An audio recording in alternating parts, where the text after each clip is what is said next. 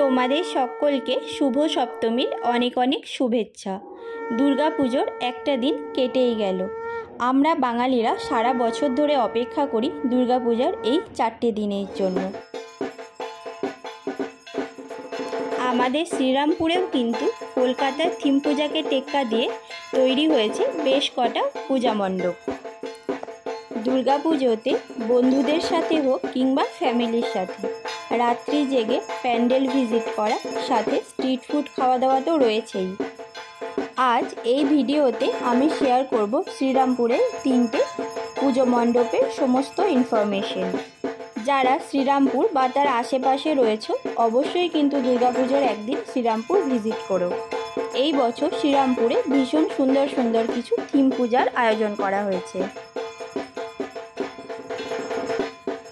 সম্পূর্ণ শ্রীরামপুর শহরটা সেজে উঠেছে রং বেরঙের লাইটিংয়ে।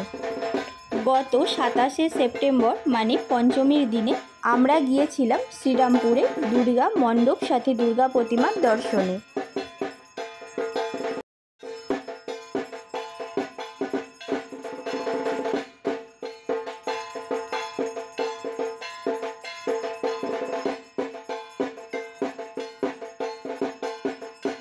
শ্রীরামপুর স্টেশন বাজারটা ক্রস করে একটু সামনের দিকে এগালেই চোখে পড়বে চন্দননগরের লাইটিং। বাজারের ঠিক পাশেই রয়েছে শ্রীরামপুরের সবথেকে ফেমাস দুর্গা মণ্ডপ। 5 ও 6 নম্বর গোষ্ঠী ও ব্যবসায়ী বৃন্দের দুর্গাপূজা।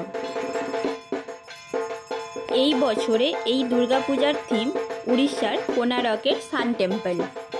কম বেশি আমরা সবাই পুরীর কোনারকের সূর্য মন্দিরের ব্যাপারে জানি। সম্পূর্ণ একই রকম সূর্য মন্দিরের অনুকরণে এখানে এই মণ্ডপটা বানানো হয়েছে।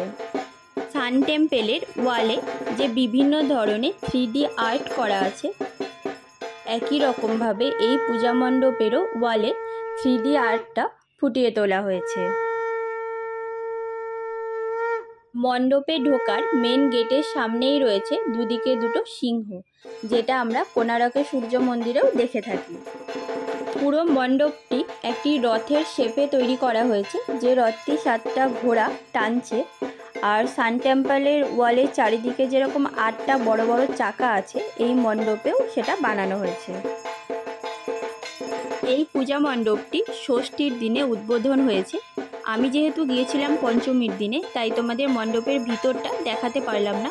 তবে আশা করছি মণ্ডপটা বাইরের থেকে যেরকম সুন্দরভাবে ডেকোরেট করা হয়েছে, হয়তো ভিতরটাও একই রকম সুন্দর হবে।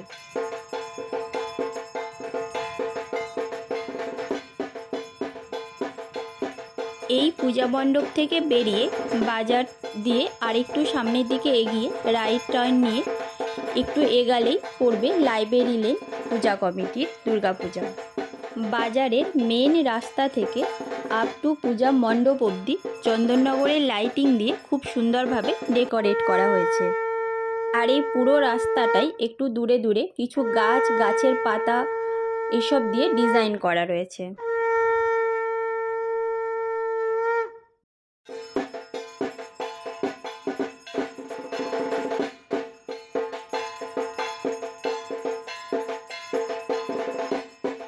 এটা মণ্ডপের মেন এন্ট্রান্স।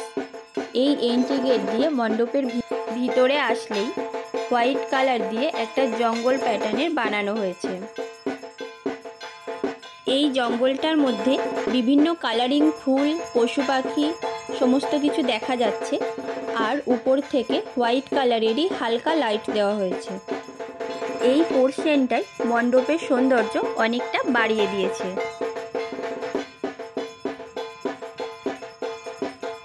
এই মণ্ডপে দুর্গা প্রতিমার যে রূপ, সেটা জাস্ট অসাধারণ। এখানে মা তার 4 সন্তানকে কোলে নিয়ে বসে আছেন। এই মণ্ডপটা এক্স্যাক্টলি কোনো থিমের ওপর প্রেজেন্ট করে বানানো হয়নি, তবে ওভারঅল লাইটিং, মণ্ডপের কাজ সমস্ত কিছু বেশ সুন্দর।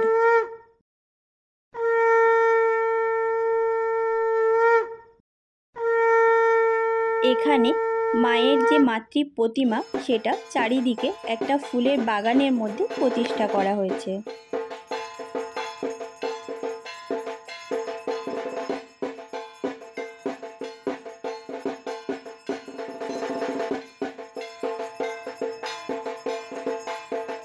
শ্রীরামপুর বাজার থেকে একটা টোটো বা অটো নিয়ে তোমরা চলে এসো মহেশ।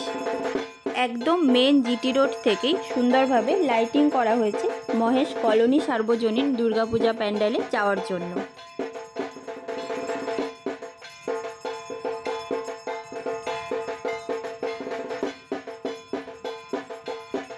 এখানে বেতের তৈরি বিভিন্ন প্রোডাক্ট দিয়ে টোটাল পূজা মণ্ডপটা ডেকোরেট করা হয়েছে।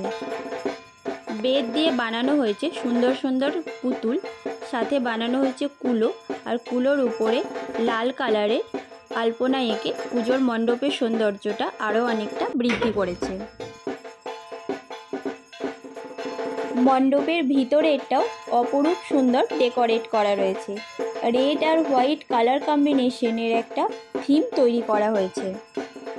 আর মণ্ডপের চারপাশটা কুলো, হাত পাখা, হস্তশিল্পের বিভিন্ন জিনিস দিয়ে সাজানো আছে।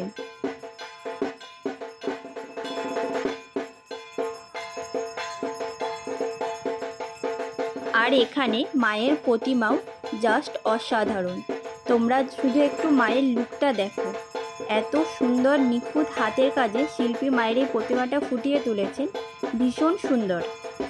ভিডিওটা ভালো লাগলে ও ইনফরমেটিভ লাগলে লাইক কমেন্টের সাথে সাথে আমাদের channel Royal Star Riders RSR subscribe করে আমাদের সাথে থেকো ও সাপোর্ট করো। Thank you for watching. তোমাদের সকলকে শুভ সপ্তমীর অনেক অনেক শুভেচ্ছা।